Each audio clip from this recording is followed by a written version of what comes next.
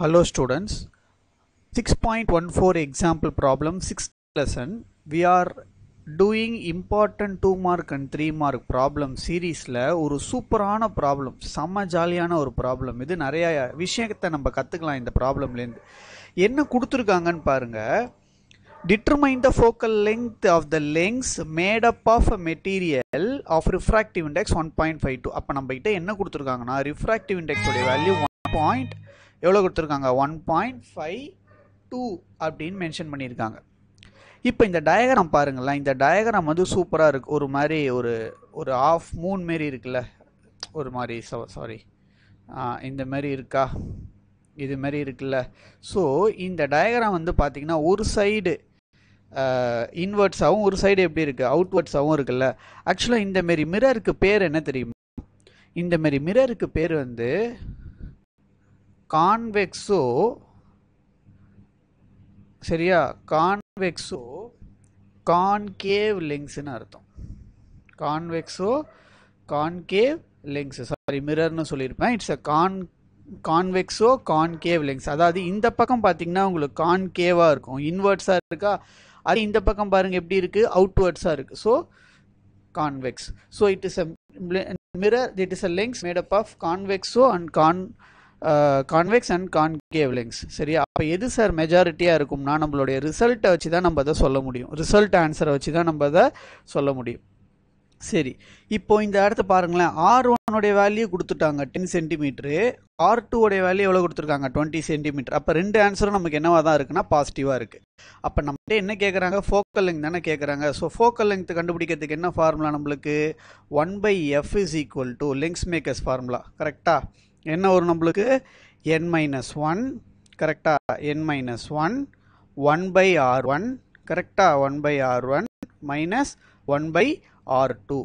So formula எடுத்துகிட்டு வந்தாச்சு. So இதுக்கப்புறம் என்ன பண்ண போகிறோம், ஜஸ்ட் அப்படியே வேல்யூ சப்ஸ்டிட் பண்ண போகிறோம். அப்போ 1/f ஈக்குவல் டு என்னோடைய வேல்யூ எவ்வளோ 1.52, கரெக்டாக. அப்போ 1.52 minus 1.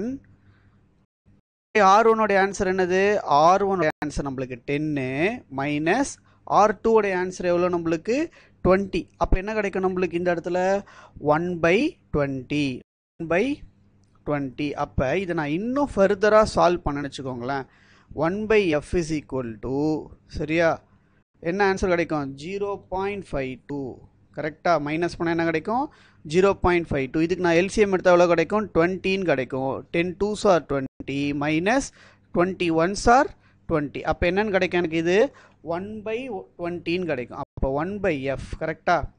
1/f equal to 0.52 into 1/20.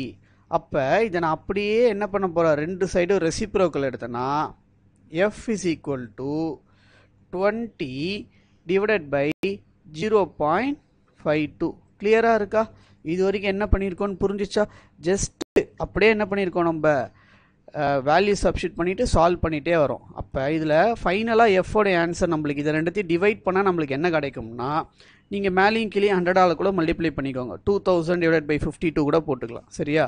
So நம்மளுக்கு ஆன்சர் என்ன கிடைக்கும்னா இப்போ 38.46 சென்டிமீட்டர்ஸ்னு கிடைக்கும். அப்போ ஃபோக்கல் லெங்த் எவ்வளோ இருக்குது நம்மளுக்கு 38.46. இதில் என்ன ஒரு ஹைலைட், ஆன்சர் நம்மளுக்கு என்ன இருக்குது பாசிட்டிவில் இருக்குது. ஆன்சர் என்னவா இருக்குது பாசிட்டிவில் இருக்குது. ஸோ ஆன்சர் நம்மளுக்கு பாசிட்டிவில் இருக்குன்னா அது என்னது, இட்ஸ் அ கன்வர்ஜிங் லென்ஸ்னு அர்த்தம். It is a converging lens. So இது ஒரு பியூட்டிஃபுல்லான ப்ராப்ளம். என்ன லென்ஸ் கொடுத்துருக்காங்க நம்மளுக்கு, கான்வெக்ஸோ கான்கேவ் லென்ஸ்னு கொடுத்துருக்காங்க. So it is very interesting problem. இந்த ப்ராப்ளம் கண்டிப்பாக ப்ராக்டிஸ் பண்ணிக்கோங்க. எக்ஸாம்ஸ்க்கு வரதுக்கான பாசிபிலிட்டிஸ் நிறையா இருக்குது.